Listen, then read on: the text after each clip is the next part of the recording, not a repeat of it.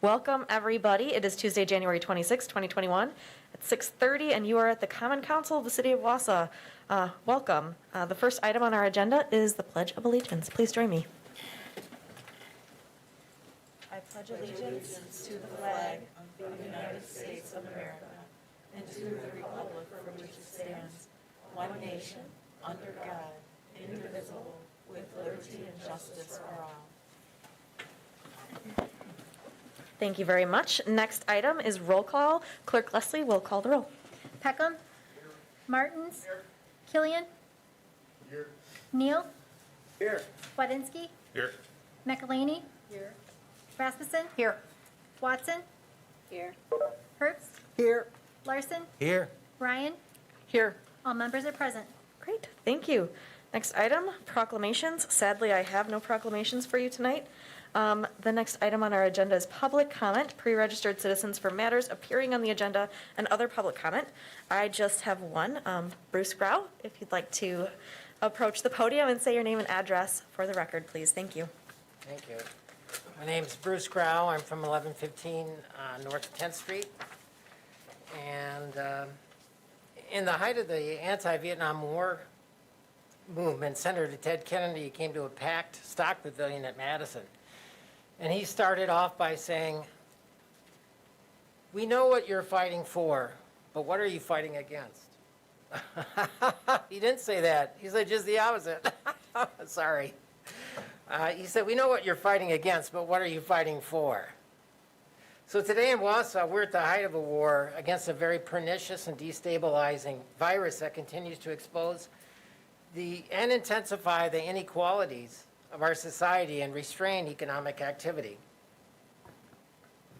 As a local government, the state rules makers have tied one hand behind your back in your ability to respond to this dire situation.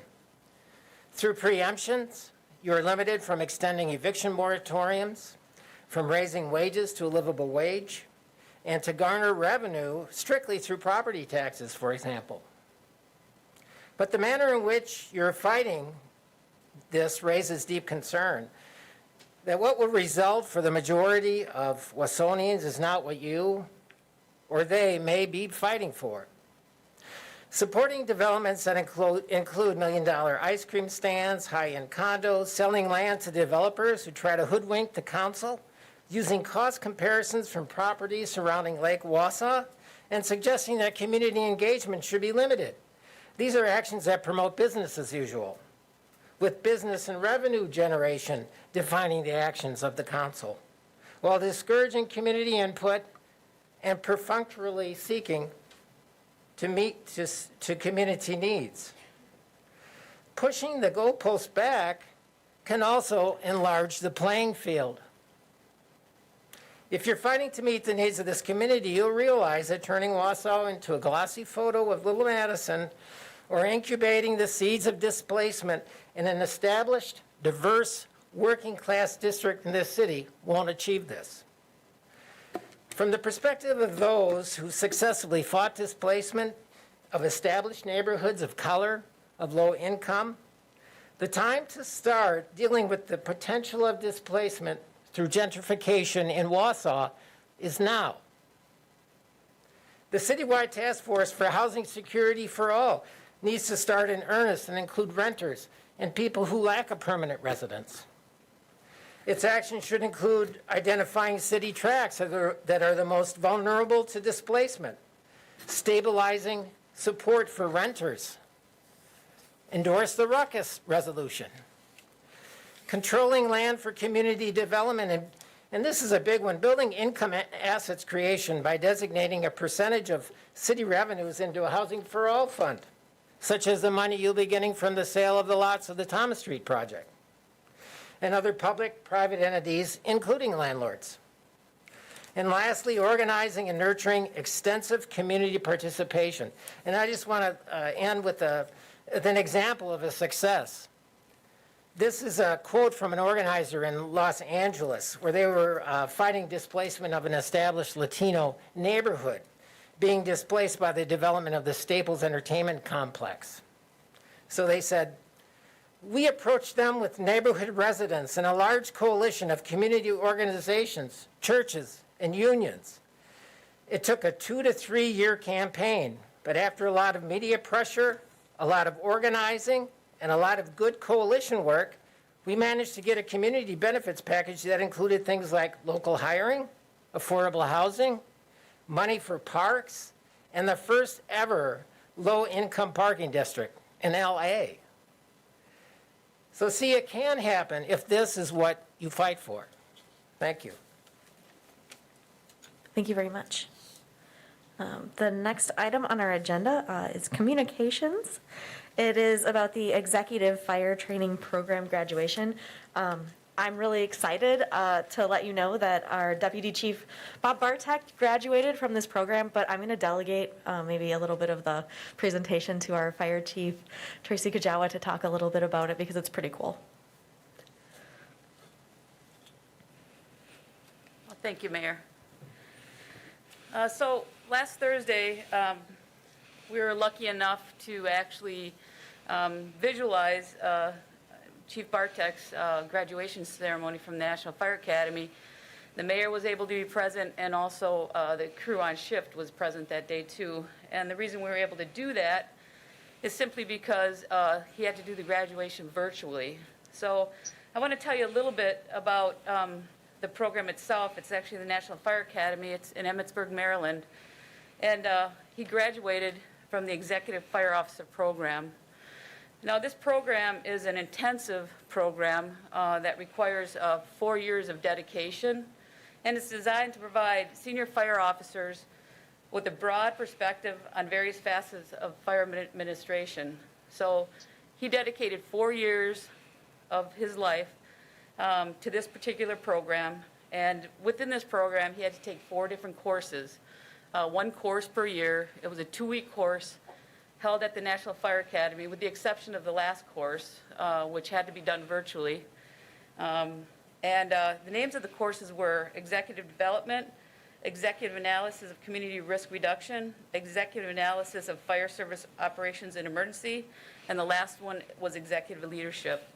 So he attended these 4 courses in a 2-week segment, and then after coming home, he had to do an applied research project for each of the courses.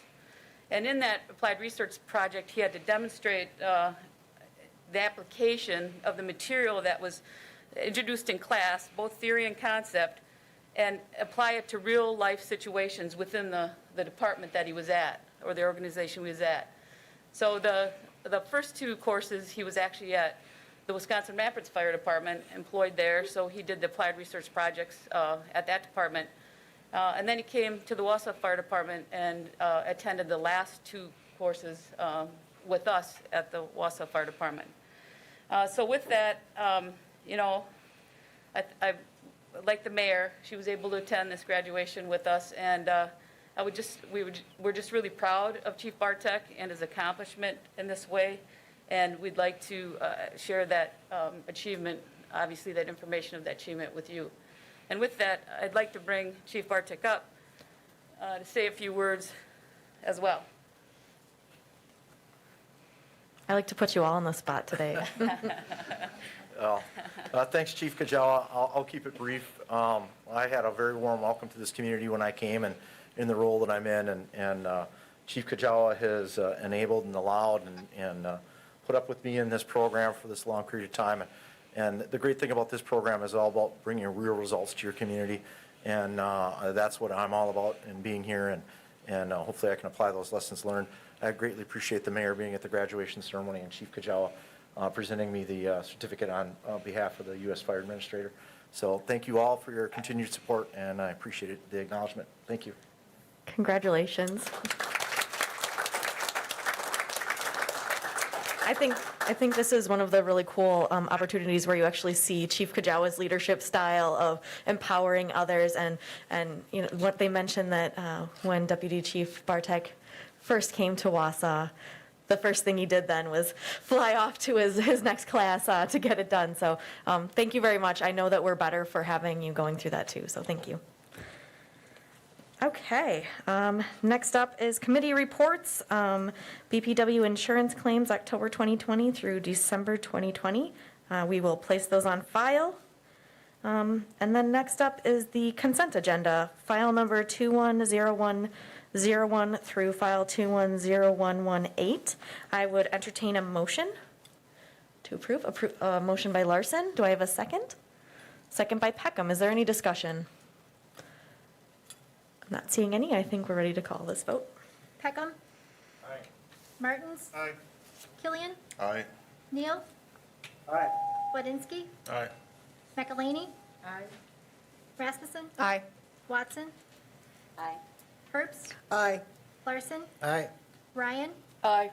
Motion passes 11-0. Thank you very much. Next up, mayor's appointments. I don't have any of those for you either, so moving on to file number 210114.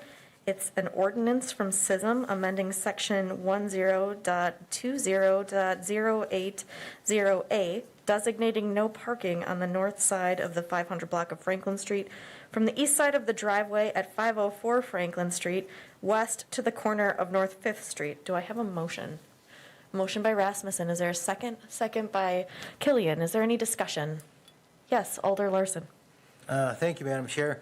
I was the one vote no on this when it was at SISM, and I would like to explain to the citizens why I did that.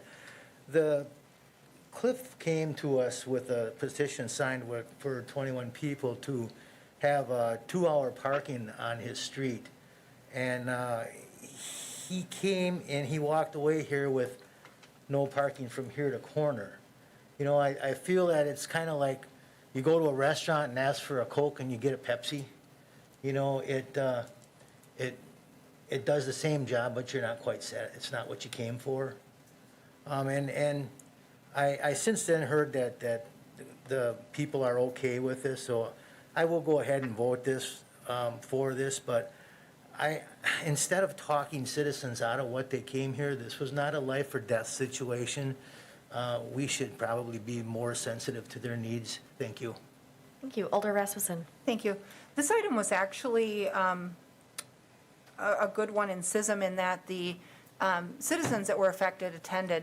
The gentleman who routed the petition who had the problem with the parking in front of his home, and a couple of his neighbors. And the citizen who routed the petition actually crafted this solution. And through discussion in the committee and discussion with our engineers and his neighbors, decided that no parking here to corner, being moved just a little bit to the east to encompass his lot as well, would serve the exact same purpose all day long, not just getting him, you know, intermittent parking. And he did indicate that the problem during the pandemic has not persisted. So he was actually very satisfied with the solution that we came up with without having to designate 2-hour parking outside of the central business district. So this one, I feel like we asked the neighbors who had signed the petition, at least the ones who were in attendance, if they experienced the exact same problem as the petitioner, or if they had signed the petition in support of the gentleman at the corner. They indicated that they signed the petition to assist him, that he has the problem. They did not have the problem further up the block. And so the solution that we walked away from in SISM is actually a better one than what they would have gotten if we had just gone forward with 2-hour parking. So this will have a good outcome and still serve the purpose that he needs it to serve. Thank you. Yes, Alder Killian. Thank you, Madam Chair. Yes, this is in District 3, and I think Alder Rasmussen's summary is a good one on that. My constituent who initiated this petition, I think, as he conveyed at the evening of the SISM meeting, this does satisfy, I think, his needs and concerns, and also the others who had attended the meeting that evening. So I think you know, if it's supported by the residents there, I certainly support it, and I would thank Alder Wadinski for an alternative solution that seemed to ultimately be quite popular. So. Thank you. Is there any further discussion? It looks like we're ready to vote. Rasmussen. Aye. Watson. Herbst. Aye. Larson. Aye.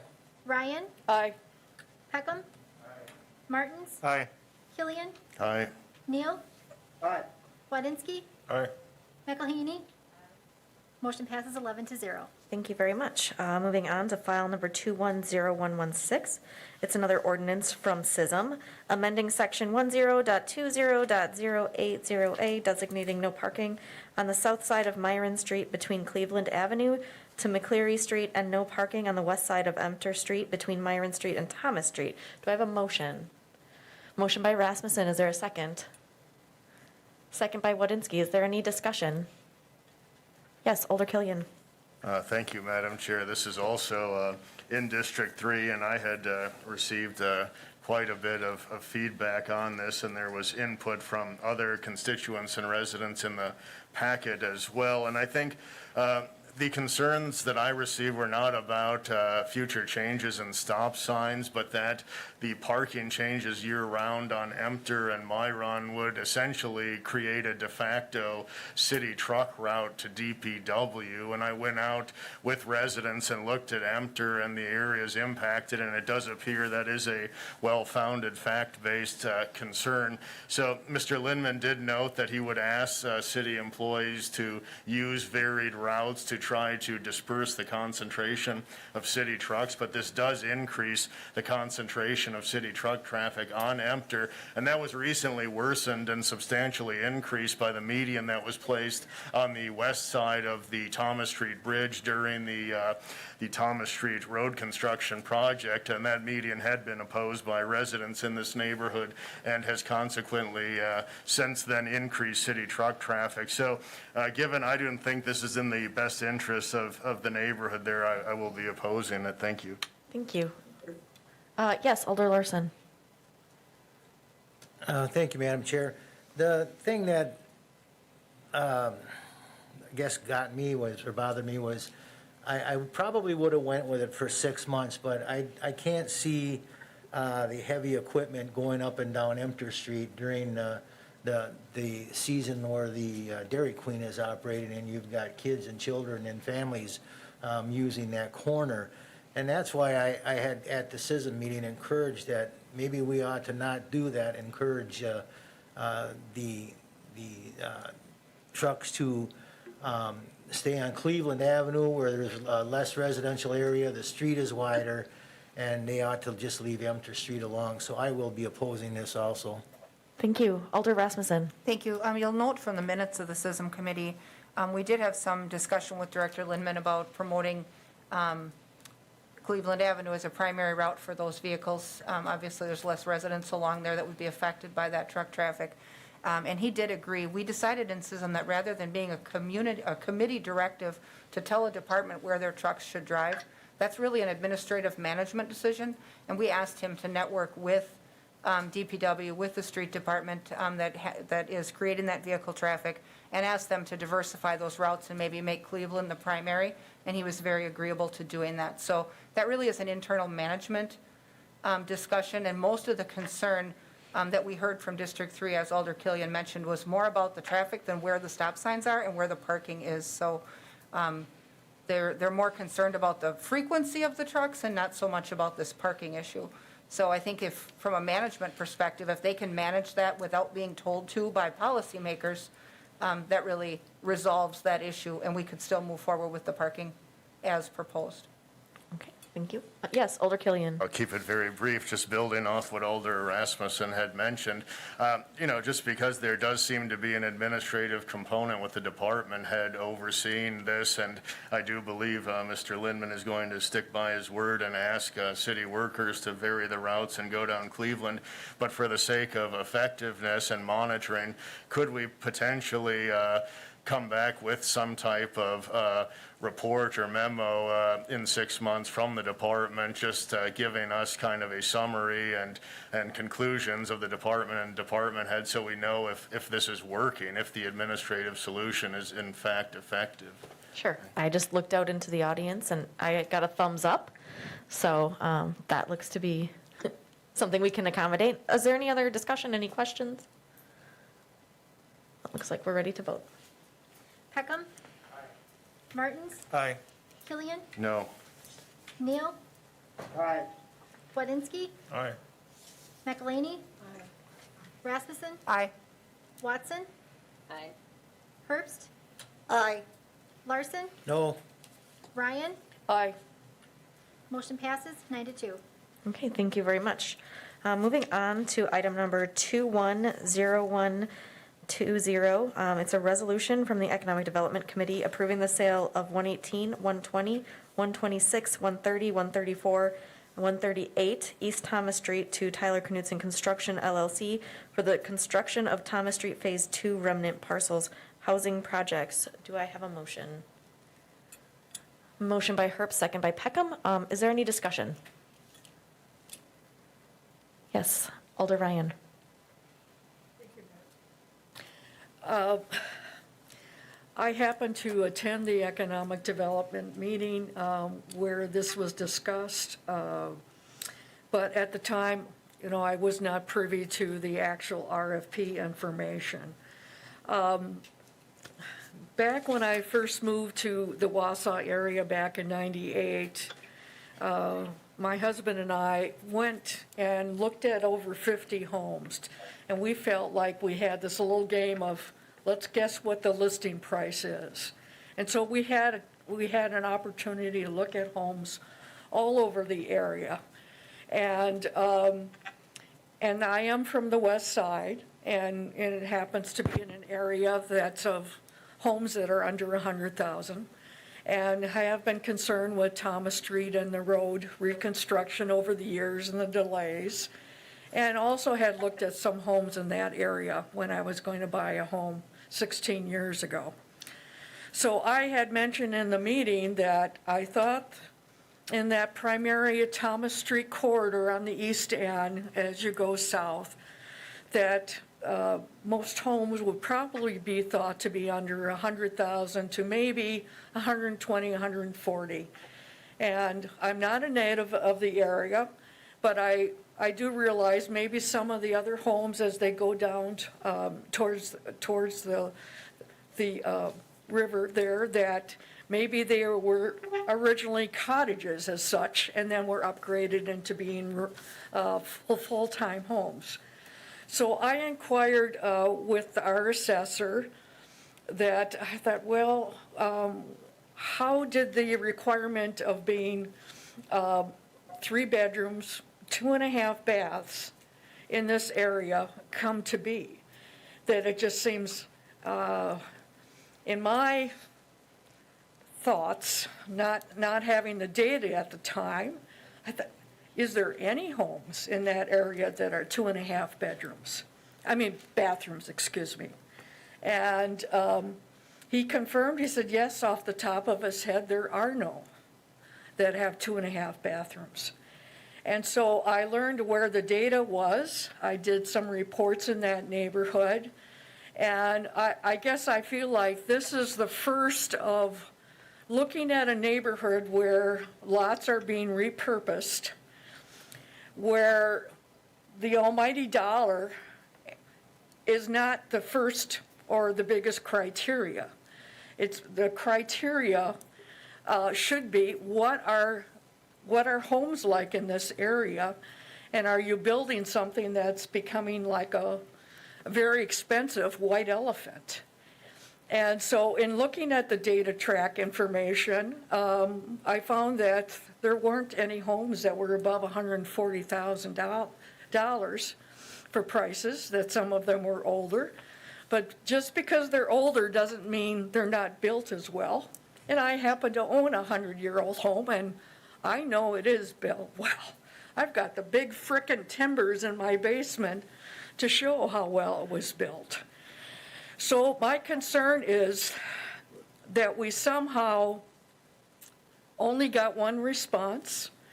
And I do feel that maybe we, as a committee, need to look at the RFP and how we look at criteria.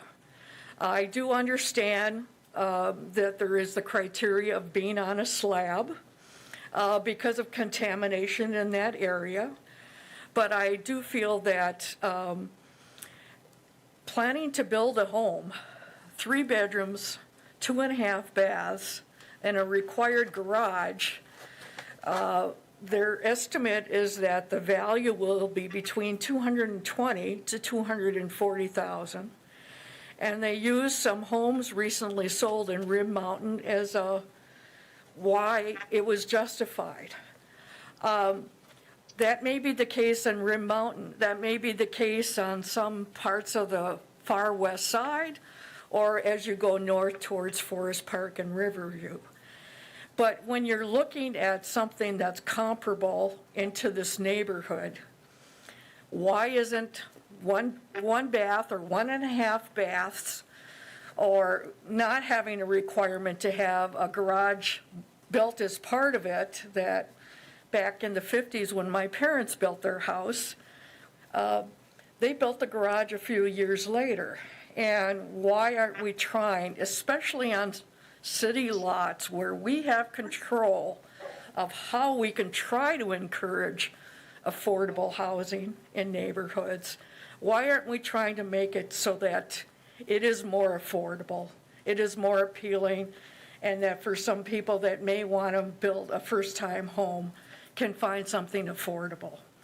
And I do feel bad for the Knudsen builders, but I think it's something that maybe just beyond the Economic Development Committee, it may be something the whole committee of the whole needs to look at and put some recommendations in there.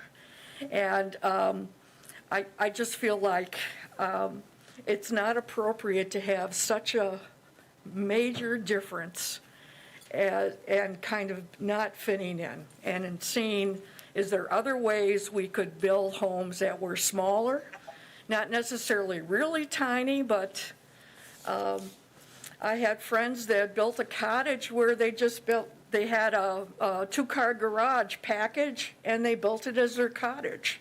So there's other ways to have affordable housing, and I just wish we would look at some other options. Or one of my neighbors that's a developer had mentioned, why not designate these lots as affordable where Habitat for Humanity homes are built?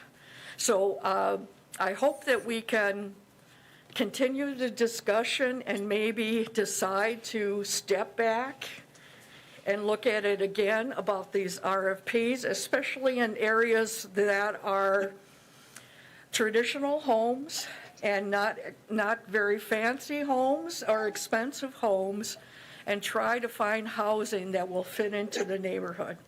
Thank you. Thank you. I'm going to recognize Alder Rasmussen, but maybe after that, maybe Sean, would you mind talking about the RFP process and how that worked? But okay, Alder Rasmussen. Thank you. I guess just a couple of points. We need to first put in perspective that this is a land sale of remnant property that we no longer have a use for. We sell remnant property all the time. We put a minimum bid on them, people bid on them or not. But until these properties are sold, the city is not only taking care of them, but they're removing the snow on the sidewalk, and they're property that is basically useless to the private sector because we own it, and it pays no tax. So we put out this RFP, and the first RFP that came in was for $7 million worth of apartments, high-density housing, and the neighborhood hated that idea, and we understood that that was the case. And so obviously it was discussed in the ED committee that preferably they would like to see single-family homes there. And so what we went out and asked for was an average-size house with a two-car garage, because if a house can't have a basement, there isn't much room for storage. And so if you don't want a lot of things stored outside, you need to give them a decent-sized garage. And so that's how the two-car garage came into play. Our developer, through the RFP, is aware of the environmental concerns in the area and the need for a slab, not a basement. And, one of the key rallying cries that came out of the 2020 election campaign was that we as a council and as committees need to stop giving away land and stop giving away money. This project does neither of those things. The developer has offered to purchase the land at a fair price, and he's offered to build 6 homes with his own funding, not ours. And I think at that point then, we have to decide, do we want to sell these remnants or not? Because it's kind of a yes or no answer. But our place as policymakers and as committee representatives is not to engage in price fixing in the housing market. The housing market dictates what that house will sell for based on what it's made of. The cost of building materials are at a premium right now, we know that. And we know that the housing market is red hot. And so a house right now that costs $200,000, rewind 10 years ago, it probably wouldn't have. But the cost to build those houses is way up. And, I think what we need to also look at is that when somebody comes to you and wants to buy land and build with their own money, and they're building a design that is in conformance with what we asked for, at some point, we need to let go of our ability to micromanage that process and let that progress happen. The housing market will determine what those houses can sell for. But as a developer, they also need to build a product that's attractive in today's housing market. And so a house with a one-car garage and a single bathroom is probably not as desirable in the housing market as one that has 2 bathrooms and a 2-car garage. And so we need to be realistic about what we expect of people. We can't expect them to build a home that we know won't sell and they know won't sell and expect them to make a profit doing it. I mean, when we released the RFP, all of the providers who normally build low-income housing, including Habitat, could have come forward and sought these parcels, but they did not. They're not building in today's climate. And so the developer we had submitted a legitimate proposal, homes that he believes will sell in today's market. And even though originally some of those comparables were taken from Rib Mountain, I did make the point in the Economic Development Committee on the 5th that there's a similar development that took place in District 7 in my district in the 2000s, in the 1300 block of North 2nd Avenue. District 7 is a middle-income district. There's not a ton of affluence. They're average homes, average folks, and average jobs. But those homes that are in that cul-de-sac area are selling at that $200,000 price point today as well. And those houses coexist with the neighborhood. The residents coexist with the neighbors. No one's been forced out. Nobody's left. And the two get along just fine. So I think this will be the same thing. These houses will be constructed. They'll be new. They'll blend with the neighborhood. They'll sell. If the housing market dictates that the price needs to be brought down, that is the housing market and the private sector owner's problem. That is not our problem as a policymaker. We have to decide if we want to get rid of some remnant property at a fair price or not, and that really comes down to a yes or no question. So I feel like we should move forward, and we certainly can have a discussion in earnest about affordable housing and form a task force or whatever we want to do, but these sites are not the only ones that can ever hold or facilitate affordable housing. And, we committed in the ED meeting to having those discussions in earnest and looking into a task force, but that doesn't need to impede the progress of this proposal. So I really hope we move forward on this one and send a message to our business sector that we are interested in having people set up shop and do business here and respond to our proposals, and that when they bring us a viable proposal, that we'll follow through with our end of the bargain and make the sale. Thank you. Thank you. I just, since I called on Sean earlier, would you mind taking the council through the RFP process and what that looks like? I know that you reached out to several developers, and maybe just share a little bit about this. Sure, yeah, and RFP processes are different depending upon the project, but with this one in particular, I can tell you, really the process started with the neighborhood informational meeting that was held in August for residents of essentially the west side of the 3rd District. That was held at Riverside Park. All of the members of the Community Development Department staff attended that meeting. We heard what the residents had to say. I believe at that next Economic Development Committee meeting, when the blanket proposal was ultimately turned down, there was some discussion about what the committee would like to have in terms of an RFP based on the comments from the citizens at that meeting. The staff then was charged with putting together an RFP in October. We had some exhaustive meetings. At the time, Ann Worth was back here in kind of a emeritus capacity doing some work, but her, along with interim Community Development Department Director Brad Lenz, who's also the city planner, Brad Sipple, Tammy Stratz, myself, and then Betty from Noel from the Housing Authority, had meetings to discuss what would go into the RFP, how that would be put together. We had reached out to Bill Hebert from the Building Inspection Department, reached out to Rick Rubo from the Assessor's Office. We talked with folks from engineering about trash pickup, snow removal. There were a variety of discussions that went into what ultimately led to the RFP. The RFP did not include any specific requirements for home size, for number of bedrooms, for number of bathrooms. There was a requirement for a two-car garage, and that, I think Alderperson Rasmussen explained exactly why we wanted to have that, because we didn't want, we figured the neighbors probably wouldn't want boats and trailers and snowmobiles and other items left out in the yard. There was a requirement for a 1.5 or 2-story house as opposed to a ranch house. And I think in the staff memo, I explained the rationale that came from our assistant planner, Brad Sipple, just outlining the fact that we didn't want to have a proposal for a ranch house because the garages are in the back off the alley. We did not want a proposal for a front-facing ranch house where the back of the house then was against Thomas Street. So all of those factors went into the RFP. We ultimately crafted the RFP in late October. We did share that among staff to iron it out. We did, as a courtesy to Alderperson Killian, who's the representative for that area where the RFP was located. We shared it with him as well and just asked if he had any additional input. We did when we submitted, or I'm sorry, when we released the RFP, did go out to over 30 builders from the Wausau Area Home Builders Association. And we had, I guess I should back up and say that during the course of the couple months before the release of the RFP, the Building Inspection Department had quite a few conversations and directed home builders to community development that were coming in for other permits. This had been kind of a high-profile discussion in the community back in August and September. So a lot of these builders were familiar with what was going on these parcels, and that this RFP was coming up. They had cited an interest in participating, but once the RFP was released and they evaluated their financial metrics, we were told by some of them that it just didn't work out for them. We did receive the one RFP, and I do want to mention Tyler Knutson and Keith Sampika from TK Construction are here today in case you have any questions from them as well. Thank you very much. I have Alder Larson is next. Thank you, Madam Chair. My main purpose, I guess, for this would be the health and safety of the citizens here and with the unknowns that lay in the soil. I mean, I certainly would not want to have any blood on my hands or the city's hands when somebody comes back 20 years from now and says, I have cancer from living on this land.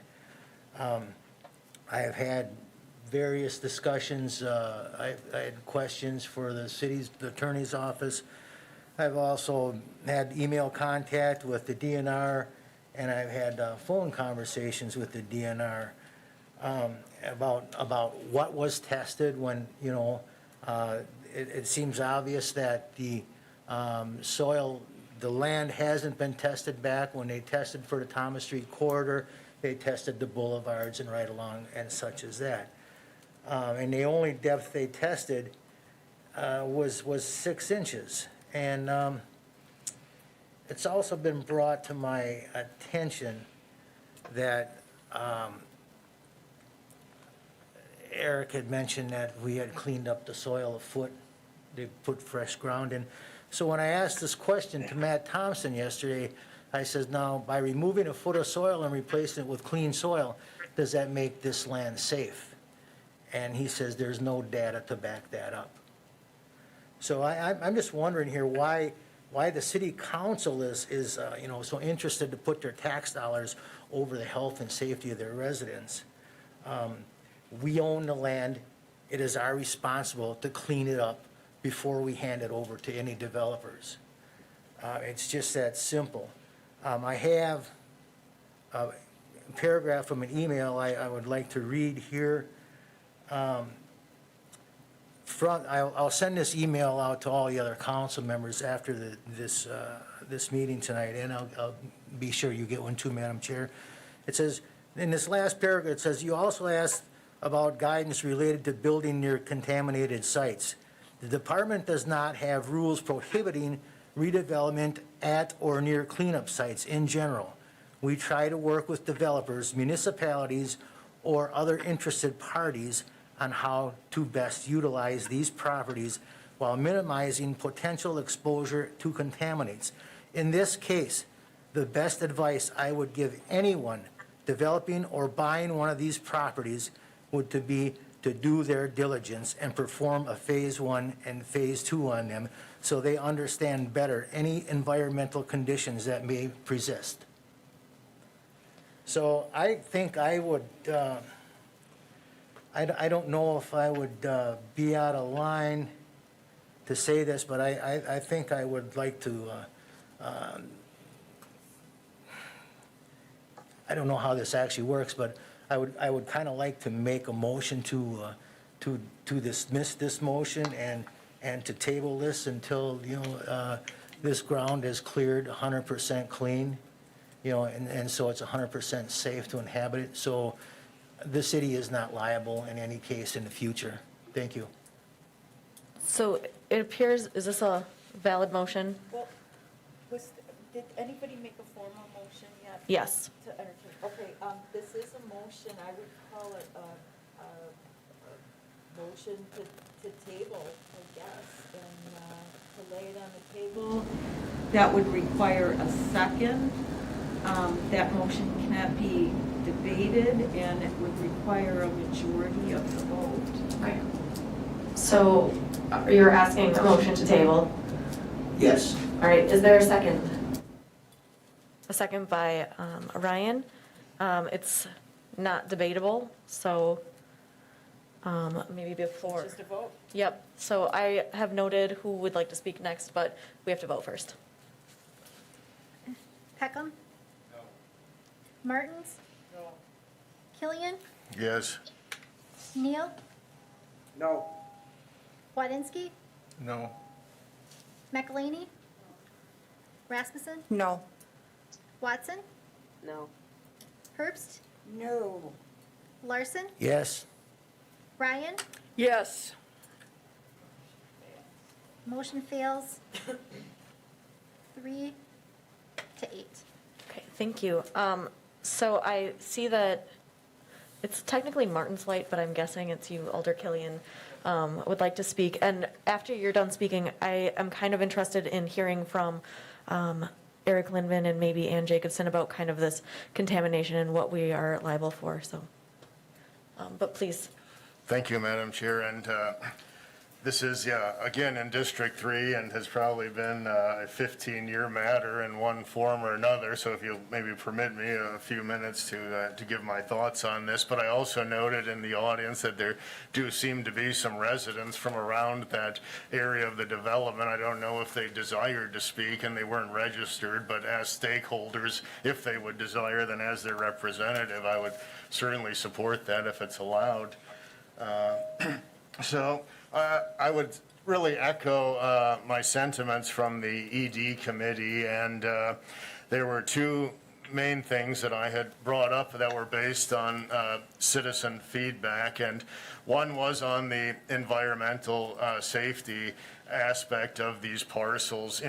I don't, from what I've heard, word on the street, if you will, and some discussions I had with the local building community, that it wasn't just certain spikes in cost of lumber and so forth during COVID, but there's such concern about these parcels that apparently some builders in town wouldn't want to touch them without an indemnification from the city of Wausau. And I don't think we anyone sitting in these chambers kind of needs a history tale about indemnifications and on things like the Connor property and so forth, where hopefully such an indemnification may benefit us in the near future. But the point is, there really, I was surprised initially from hearing Alder Larson's commentary from the DNR, because I think that does indicate that there really is no data to support that there's solid environmental fitness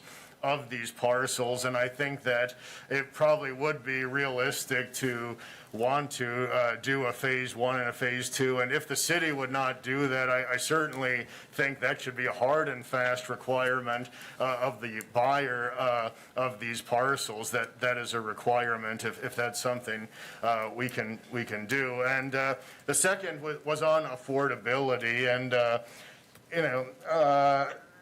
really, as Alder Ryan had mentioned, the neighborhood does not consist of homes at this price point. And I think there was some wires crossed and confusion in different parts of the process. I would like to thank Mr. Fitzgerald and his team for the effort that they put in. In fact, they were so kind and committed on this issue that they came to the neighborhood and spent probably an hour there, and we drove around for half an hour, not only looking at the architecture in the neighborhood, but also talking about the economics and the financial components of the neighborhood. So I think it was well known that affordable housing was the desired outcome, but that even at that point, it was a tall order and it might not work out if all options were exhausted. And I think that's if the options were exhausted. And a resident earlier said during public comment that, someone had said, we know what you're fighting against, but what are you fighting for? And I think that reminds me of a quote that's been attributed to many since the early 20th century, but essentially that we shouldn't just curse the darkness, but light a candle. And I think there has been an attempt to light candles in this situation by bringing forth opportunities and alternatives that may have the potential to provide more affordable options. So those possibilities were on the table. And lastly, in the last 60 seconds or so, I'd just like to address, I think, some of the concerns and points that have been brought forth to date. One, District 3 is really not like any other district in the city in terms of poverty, and that's not my opinion, that's census data. So when you look at the area around the downtown and portions on the west side, really you've got some of the most diverse impoverished areas in the entire city. And there's been a lot of talk about, with affordability, kind of the spike in lumber prices during the pandemic.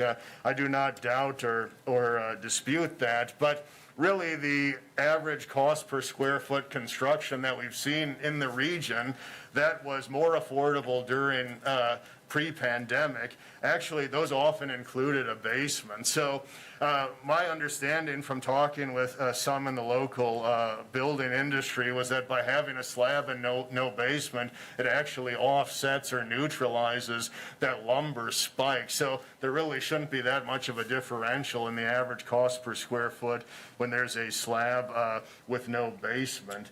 And so all in all, I think I've made these same points time and time again. I wanted to underscore them. It's a very important issue in my district, and as I had asked prior, if residents desired to speak, would they have an opportunity, Mayor? So in the past, what I've had to do when it was outside of the public comment, it has been to ask the body if they consent to hearing from citizens.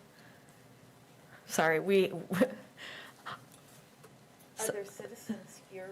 I have somebody raising his hand back there, so I guess I would, we don't need to do a, If the body wants to do that Sure. as a whole and vote for Sure. that, I I think that's fine. I guess I would ask if there's anybody opposed to having somebody speak. It looks like no, so if you'd like to approach the podium and state your name and address for the record, please. And I'll give you 3 minutes, the way we would with public comment. It'll be short, Okay. but thank you. I'm Larry Dasso. I live on River Street, 117. These building sites that you guys are discussing is in my backyard.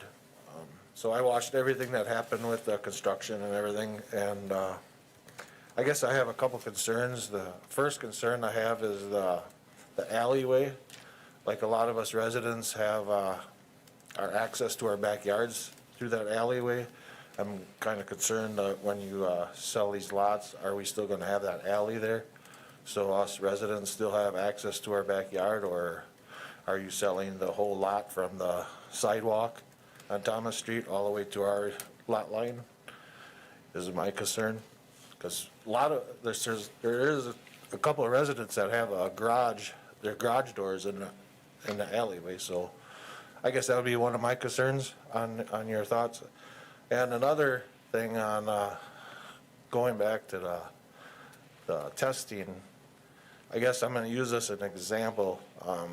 If I have a car and I know there's something wrong with it, and I put it up for sale and I sell it to you, I would feel really guilty knowing that there's something wrong with that car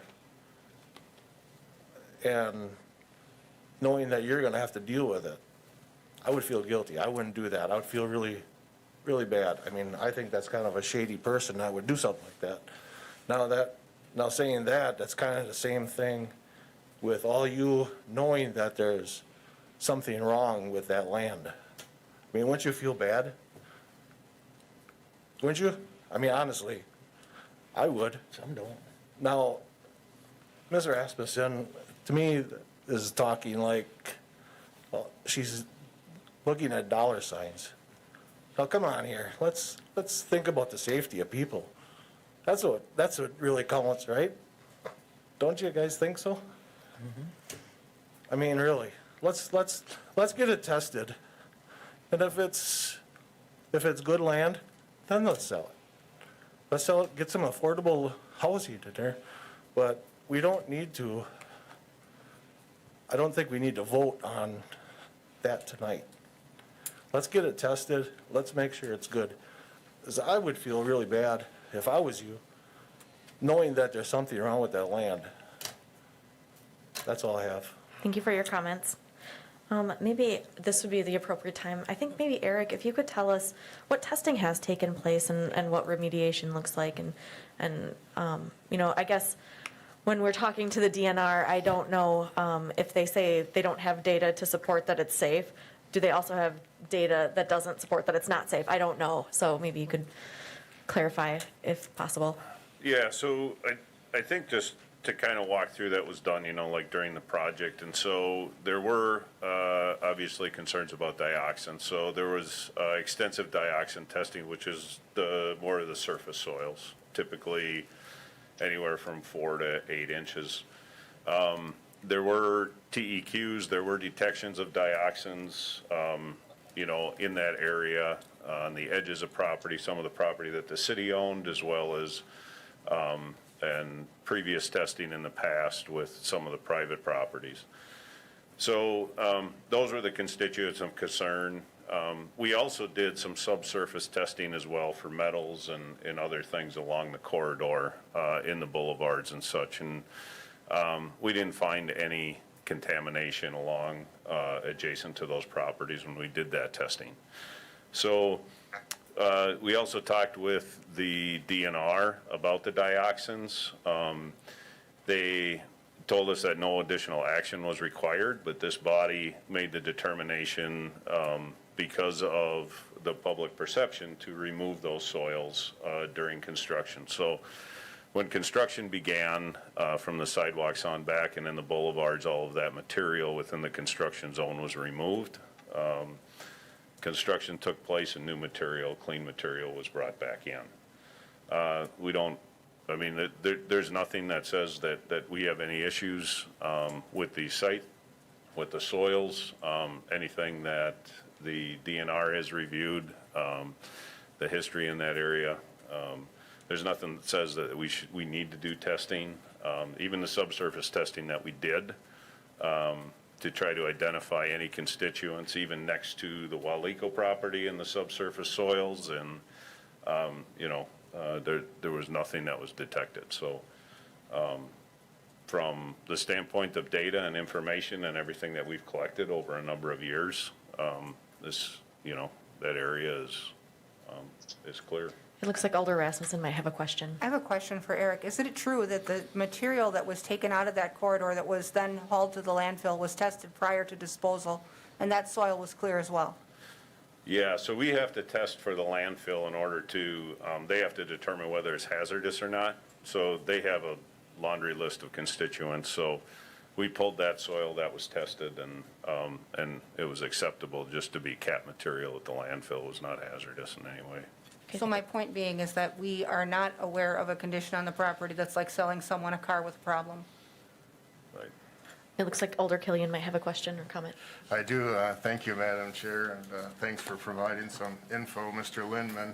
On the tests that were taken with the landfill, essentially those tests are different than any type of NR 720 standards that the DNR, the state has for non-industrial or industrial use. It's essentially, can we put this in the landfill? So that does not mean, in my layperson understanding, it's safe for humans. Obviously, we don't want to live in a landfill. You know, just because things can be put in there safely doesn't mean it's safe for humans or to live on or work on. So those are kind of different metrics from my understanding. And I have just a few questions about those corridor tests. I think they were done by AECom, most of them, right? And they were meant to kind of try to identify, see if there were any hot spots in the corridor when it came to dioxins or furans in the subsurface, those more recent ones they did. I think some of those metal tests were probably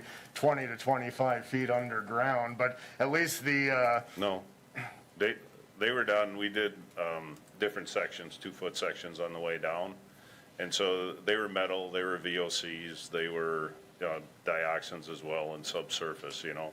So it was a range of constituents. Did they take metals tests about 10 to 15 years prior? I don't know what was done. They did, and those were about 20 feet down, so pardon me if I was not more specific on that. Now, on these, when AECom took them, part of the problem was that certain borings were taken actually through the sidewalk, I believe, in certain parts. And I know there'd been criticism of that because it's pretty hard for contaminants to migrate into the soil when there's a sidewalk over them. So I think there were some questions about kind of the judgment on some of those locations. But I've got other, I think, relevant, important questions on this since they came up. So, you know, part of the concern, if you see these, the RFP with the parcels at hand, they're next to the former Crestline S&E property, now Walico, owned by Century Insurance. They were all sued, you know, sometime about maybe 10 or 12 years ago for allegedly causing cancer and other ailments in the neighborhood. Those were the allegations, that they were tied to pentadioxin contamination. In 2008, there was a private sample done that was sent to Pace Laboratories. That's a pretty credible lab, I think. And the location shows that it was just at the edge of the Crestline property and that the levels exceeded state standards for dioxins and furans in a non-industrial setting. And when I had put that on Google Maps to see how far it was from the parcel in the RFP, it came back with 15 feet. So the yard 15 feet away from the parcel that's in this RFP, that had tested over state levels for dioxins and furans, I believe, in 2008, and I don't think anything was done about that. So do we know the migration, or do we know the pattern of stormwater around that area? If it's 15 feet away, did we ever test to make sure the surface soils were okay before we dug up the soil? No, I think the testing, you're well aware of where we tested and how many tests that we did. And then the soils with the properties that we own, as well as even the properties we didn't, if it was in the construction limits, we removed that soil and brought back clean soil. And just to make your point on the landfill is, if there was contaminants in that landfill, that was to an extent that would have been actually landfilled. It wouldn't be used as cap. So that's how they determine whether they're actually going to put it in the landfill and then bury it otherwise, or whether it actually has to go to a hazardous site, you know, for special, or whether they can just use it as cap material, as excess material. And none of those metrics based on the industrial or non-industrial soil standards the DNR uses for settings such as this? Not that I'm aware of, though. Okay, thank you. And then the last question is, recently, within about a half-block radius of this site that the city is selling, was further contamination identified in the neighborhood which exceeded state standards, and has it been determined or ruled out yet that that was from aerial deposition or not? No, there hasn't been anything ruled out. You're talking about the 1300 Cleveland site, where we just got the those former results Connor back. property Right. came back dirty, right? Yeah, but I think there's a pretty good distinction there too. I mean, you know, the Connor property that we had just tested, that I had sent the data over today, a lot of that material was fill material, and that's really where a lot of the contaminants were. I'm not aware that the areas on this side are any fill material other than native materials.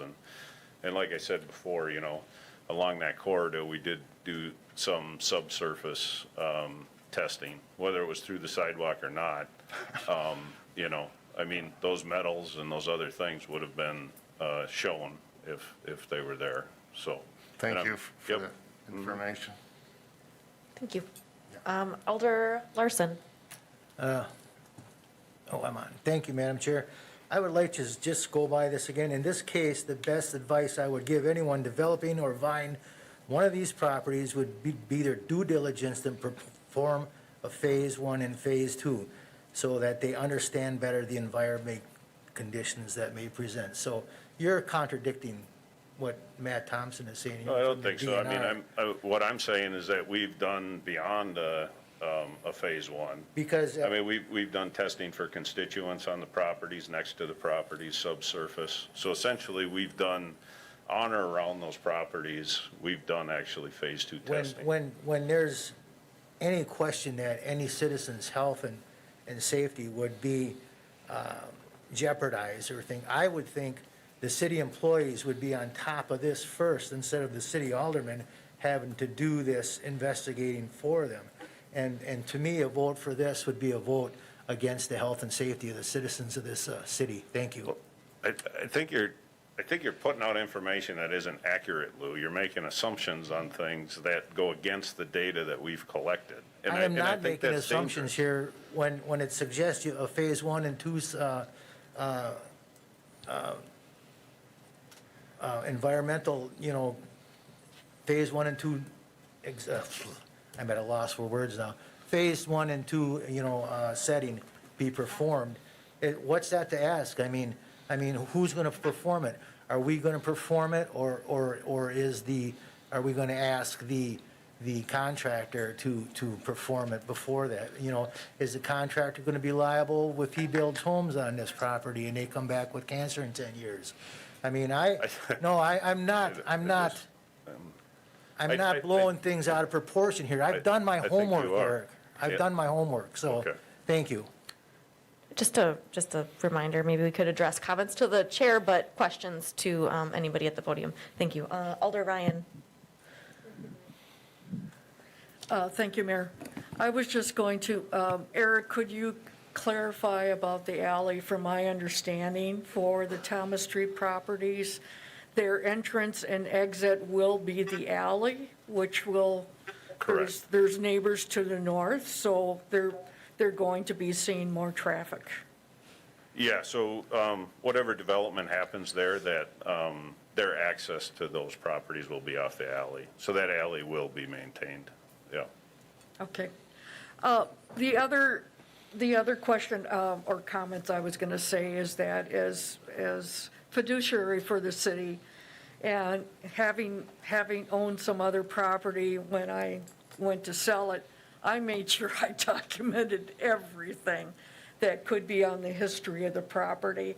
And I think the city needs to do that as well about the prior history of the property. But I guess, and not knowing enough details about the contamination, and just seems with the 3M fence going up, you forget that they have those little contamination outhouses on their property. But if we had decided not to sell it, I would have recommended we just plant trees there, that it's probably not safe enough to have families living there and digging up and planting gardens, that because of the location and the prior history of cancer in that area, that planting trees might have been the safest alternative use. Thank you. Thank you. Alder Rasmussen. Thank you. I guess I just want to point out that these sites held houses before. Before the road was in, there was houses on these lots that people lived in. And when there was this huge 10-year fight about whether the road would be 2 lanes, 3 lanes, or 4 lanes, there was a fight underway in the neighborhood to save those homes for the people that were in them. So if they're so toxic and so awful and no one should live there, when the city came to buy out a number of residents, the answer was no, we want to stay. And so I guess I'm confused, and we have to decide which is it. But at the end of the day, they're remnant parcels. It's a land sale. It's a private sector land sale. So you sell the land, the buyer can do any due diligence they choose. If they're uncomfortable with the land, given what they've read in the RFP or what they've heard tonight, then don't buy it. But at the end of the day, I think us as policymakers, we need to decide whether or not we're willing to make a sale of land that we have no use for a fair price, and let the private sector determine its future. And if it's 6 homes at a selling price that the market dictates, so be it. Thank you. Thank you. I have 2 comments. Are these questions for Eric? Otherwise, I'm going to let him sit down. No, okay. All right. Thanks. I'll do Alder Peckham and then Alder Killian, please. Thank you. See if this works? Yeah. Does this work? Yes. Very good.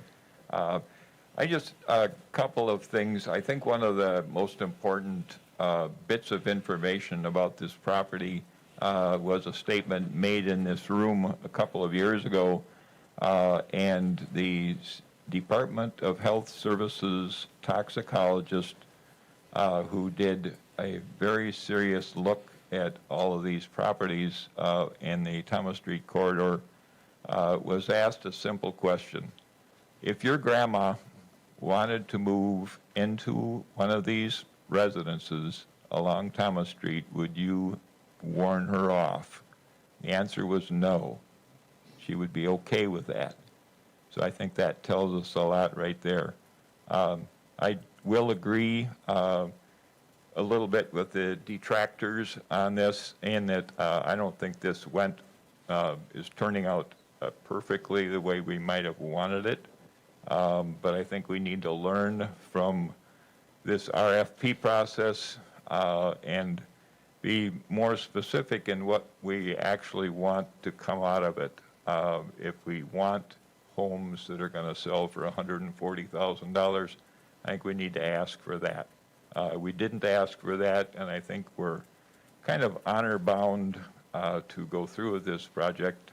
The other tidbit I would throw in is that the soil that was removed from the street, the landfill superintendent out there told me that not only did the DNR deem it acceptable for use for capping material, that the DNR told her that it was so clean that maybe she'd want to use it for planting around the property. So I don't think that the danger of the contamination in that area is significant enough to slow us down on this or deter us from going through with this project. Thank you. Alder Killian. Thank you, Madam Chair. Just a few follow-up comments. I do have a question for the city attorney's office there as well in terms of real estate. But, this did come up. I sat through meetings on the Thomas Street project for about 14 years, maybe a little less. And yes, the issue, there was always a confusion from government at various levels.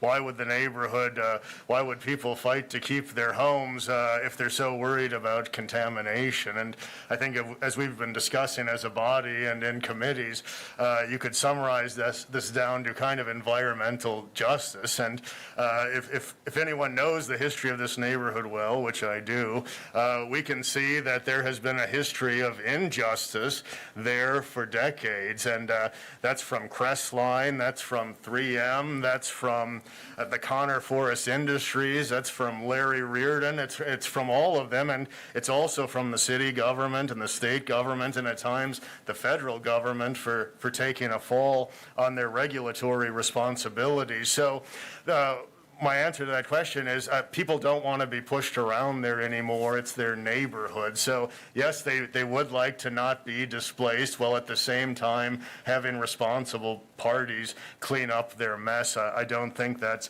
mutually exclusive. So maybe if that illuminates that at all. And I do have one question for the city attorney's office. So it's my understanding that no one is exempt from providing a real estate condition report when selling a property. And I understand that a seller can refuse to provide a real estate condition report but why would we do that? So in this case, will we be providing a real estate condition report and pretty much disclose everything we know about the properties? Well, I know that Ann is also listening in, and I saw her mute went off. I don't know if she wants to address this or let me address it, or both of us. We both can, Tara, but I can say that I'm not aware that we've ever provided seller condition reports, nor have we been requested to do so in this case. So Well- I'm not aware that we are providing one.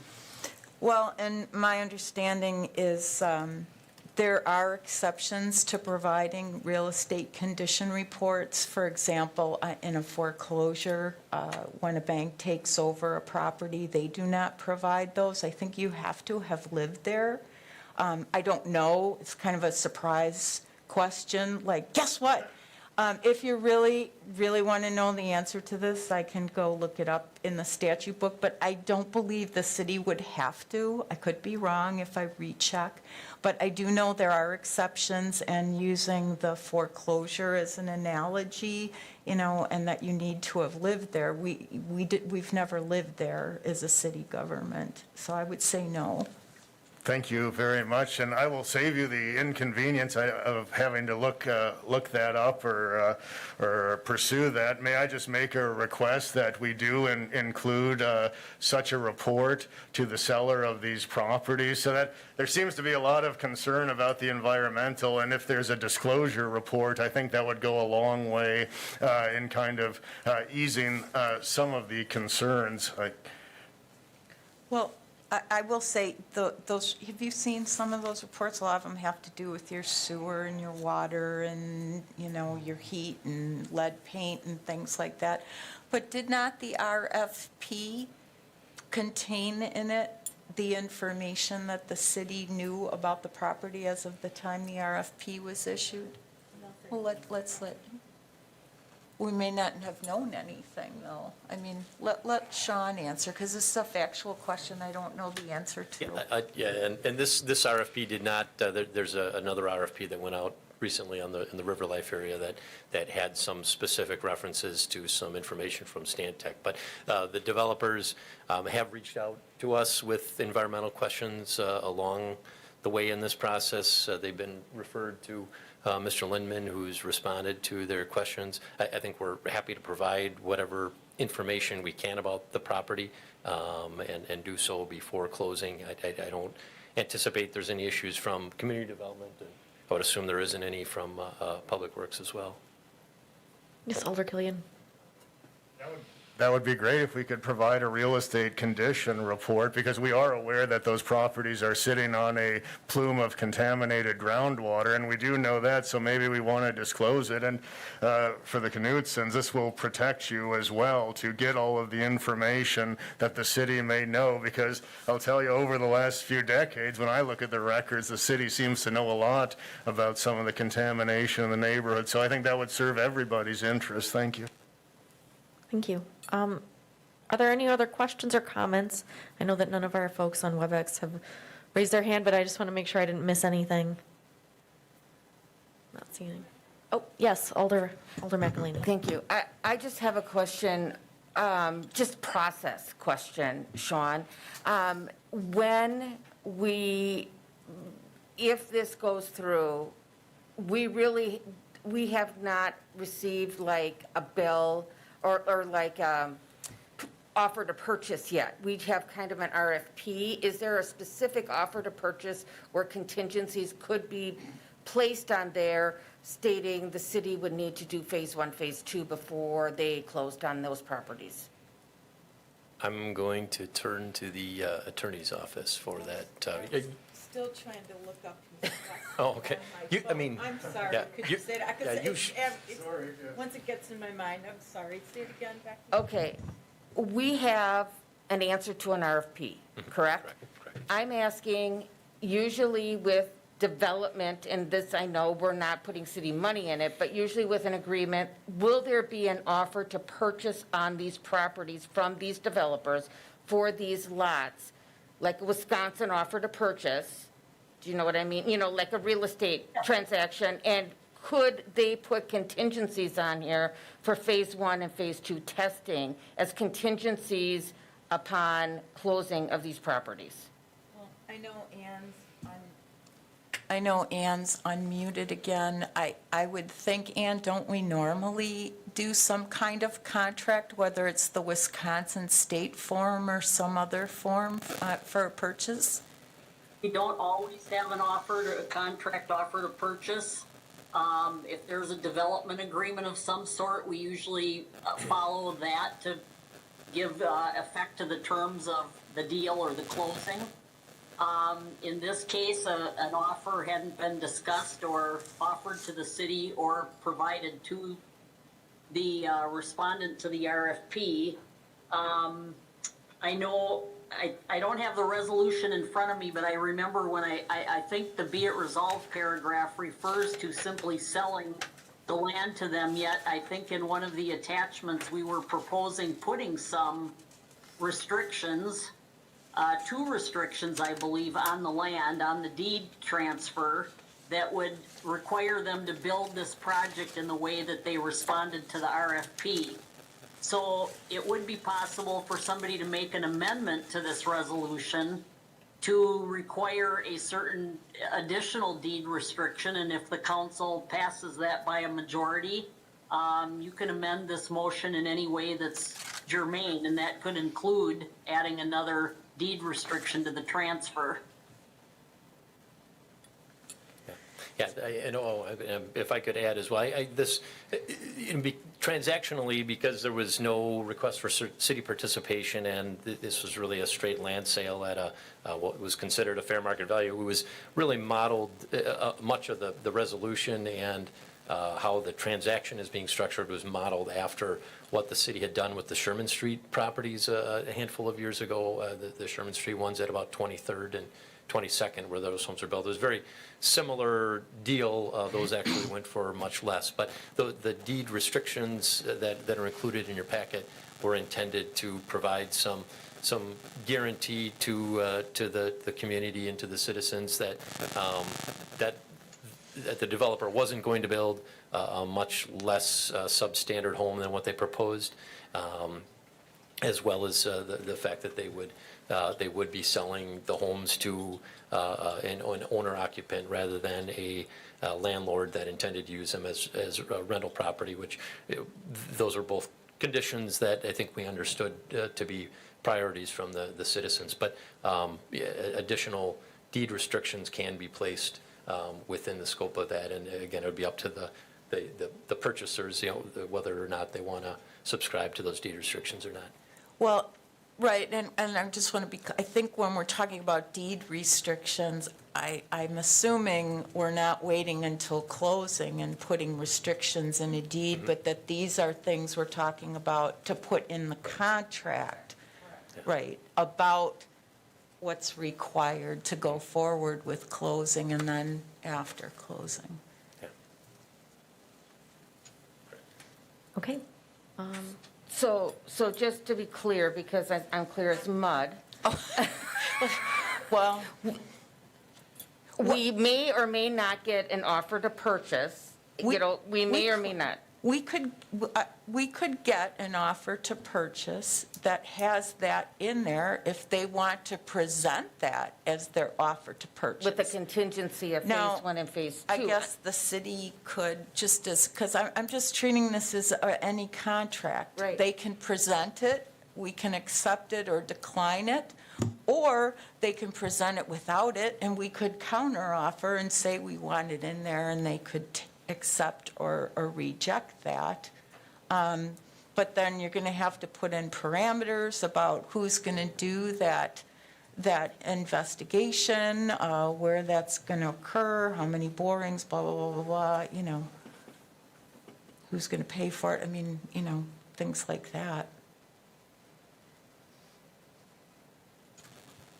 I think we are I think we're getting into a lot of nitty-gritty here as far as the details of the transaction. it makes it complicated, I think, for you guys. I think your task in front of you, you know, is, do you want to do this or not? That's kind of our agenda item. But certainly, yeah, Becky, you can amend it and put those things in there, or at least leave it general so that we can tweak it as they work through it. Okay, I have Ryan, and then, looks like you turned your light off, so. Alder Ryan. Thank you, Mayor. It happens, I have dealt with property about deed restrictions of allowing easements, but part of restrictions could be that because of contamination issues, making sure it's not going to be, become a gravel pit, or if you want to put some restrictions about how far deep people can dig on the property as such, but normally, I thought that there was the potential that the farther down you dig, 15 to 20 feet, you may run into contamination issues. So there might be something the DNR would suggest as maybe some other restrictions on the deed in that regard, but for the building, they're gonna have to go down some for the plumbing and electrical, but it is supposed to be on a concrete pad. But for future owners of the property, they may want to put in some restriction that you're not going to be building in-ground pool, per se, or something like that, because of the chance of contamination. Thank you. Okay, Alder Rasmussen. Thank you. I really think that we need to keep this simple to the confines of our agenda item. First, I think zoning keeps it from becoming a gravel pit. It's already zoned. It's zoned for residential use. So at the end of the day, you know, in other parcels in this area, we've requested that utilities be installed through lateral borings and not through excavation.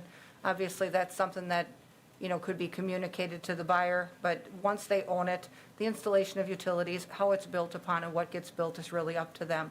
And I think for us to micromanage a testing process on remnant property, we're pouring more money down parcels that we, A, have no use for, and B, they can decide what due diligence or testing they want as part of the sale. So what you have in front of you is a concept for 6 houses with a fair price to purchase with a design. We either like that or we do not, but I think if we get down the rabbit hole of, are we going to test, then who's going to test, and what lab, and then what are we going to test for? And then it's going to take us 18 months to come up with a list of compounds we want to look for. I mean, we're going to go down the same rabbit hole we went down with the road, where we found nothing of consequence. So we need to get this done, or we're going to be here all night. I'll call the question. Okay, the question has been called. Well, did you say you're going to, or you did? She is calling the question. Oh, you are, okay. So if there is any Well, opposition, you need on a call the question, there has, I knew this was coming. You have to have a second. is it a second by Peckham? And this is non-debatable? A second is required, it cannot be debated, it cannot be amended. I'm sorry. And it requires a 2/3 majority vote because it's cutting off our discussion. All right, so the question has been called. The vote you're taking right now is whether you would like to end debate and vote on the topic on the agenda. So when you are voting on cutting off debate and voting on the next item. Ready? Peckham? Martins? Aye. Killian? No. Neal? Aye. Wodinski? Aye. McElhaney? No. Rasmussen? Aye. Watson? Aye. Herbst? Aye. Larson? No. Ryan? No. I don't ask Leslie, she's keeping track how So many. we have 7 yeses and 4 noes. So Are you it guys does not looking pass. to me to divide? Okay, so we're It's gotta be continuing. 2/3, So we need 8. 2/3 is 8, Yep. so it doesn't, We're at 7? doesn't end the debate. Okay, all Okay. right, so So off we go. Alder Killian. Yes, I'm hearing some concerns from my colleagues, and there's concerns about environmental fitness, and then concerns about the challenges it'll pose for time frame and cost. could we agree to put a real estate condition report attached to the sale? It would have to disclose all known, I think, any known defects or environmental problems with the property. And I can assure you, I think, and maybe if Mr. Lindman wants to confirm, I am pretty sure this sits on top of a contaminated groundwater plume and not just penta, but in the past TCE and PCE. So, I mean, if we can just check some reports and put it in the real estate condition report. So are you offering an amendment? I am, Okay. yes. So Thank the you. amendment is to offer a real estate condition report with the sale of this land. Yes. Okay, do I have a second? Second by Magalini. Is there any discussion on this amendment? Can I just say one thing? Sure. Before we vote on it? When that real estate condition report goes out, even if it contains all the information, it is going to the people who are buying the property from us. It does not necessarily go on to the people who are purchasing the properties from them. I just want you to understand that, okay? But I imagine that Well, it would be an open record, so people knew about it, they could ask us for it. But I just want you to know that this does not force them to give it to people buying from them, okay? Only us to the new purchaser from us. okay. Okay, Alder Peckham, I see you had a question. Yeah, thank you. I was just wondering what the condition, what purpose the condition report would serve. My understanding is that the construction company folks are well aware of the, level of contamination in that area, that they've had access to all of the information that the city has. I don't know why we should serve it up again. I don't necessarily object to doing it, but I'm not sure what the purpose of it would be. They've had, it's been up front. Everybody, kind of knows what's going on there. They're still here. Okay, thank you. Is there any other discussion on this amendment? Otherwise, I think we're ready to vote on adding a real estate condition report to the sale of this land. We're ready to vote. McElhaney, Madam, Oh, are we voting on? The amendment. Just the amendment we're yep, voting on now? the amendment to add the real estate condition report to the sale of this, And then we're going to vote on it. assuming there's no other discussion or amendments, Okay, yes. Thank you. I just wanted that clear. Yep. McElhaney. Wadinsky, No. Neal, No. Killian, Aye. Martins. No. Peckham. No. Rasmussen, No. Watson. Aye. Herbst, No. Larson, Aye. Ryan, Aye.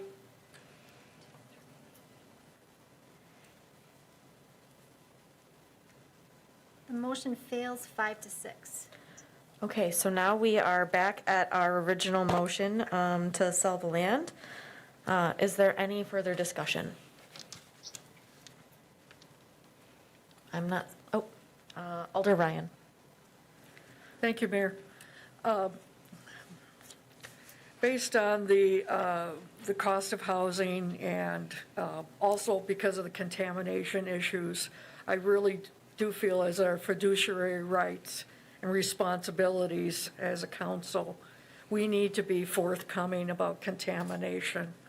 And if we're not going to include that, I cannot vote for the proposal. Thank you. Thank you. Is there any further discussion? Yes, Alder Herbst. Not much of a discussion, but I guess a couple words, I'm just going to say, let's just get it done. Okay. Anything else? All right, I think, I would just like to say, Madam Chair, after reviewing this whole RFP and stuff and looking at this, I think the city council as a whole needs to get more involved with these RFPs throughout the city and their districts. I mean, there was so many holes in this RFP and stuff that should have been caught before this was even put out. And that's why I'm asking that maybe sometime in the future, this committee as a whole, when these important RFPs come up, we should review them first before we vote for them. Thank you. Thank you. Is there, yes, Alder Yes, Killian. sorry, just for the topic that as Mr. Fitzgerald stated, I, as the representative, did look at this proposal, and when it was written, it did use the word attainable rather than affordable. Now, if you look that up, it can mean two things. It can often interchangeably be used as affordable, or it can have a more technical association of meeting 80 to 120% of the median income or median household income. So, I think some of my colleagues feel I could have clarified that better, and perhaps I could. And if that was my fault in the process, I will own that, but Mr. Fitzgerald was correct that I reviewed that. And I will say on the RFP, though, that I did not put in the specs about the bedrooms and so forth. That was put in by planning staff, and as far as I know, I don't have administrative power to really impact those decisions. Thank you. Sure. And I think the more we talk about RFPs here, we can maybe have a further discussion at a future meeting, or maybe economic development, or whatever makes the most sense. So that is noted. It won't go unnoted. All right, I think we're ready to vote. Ryan, No. Larson, No, Herbst? Yes. Watson? Yes. Rasmussen? Aye. McElhaney? Aye. Wadinsky? No.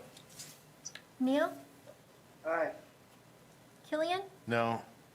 Martins? Aye. Peckham?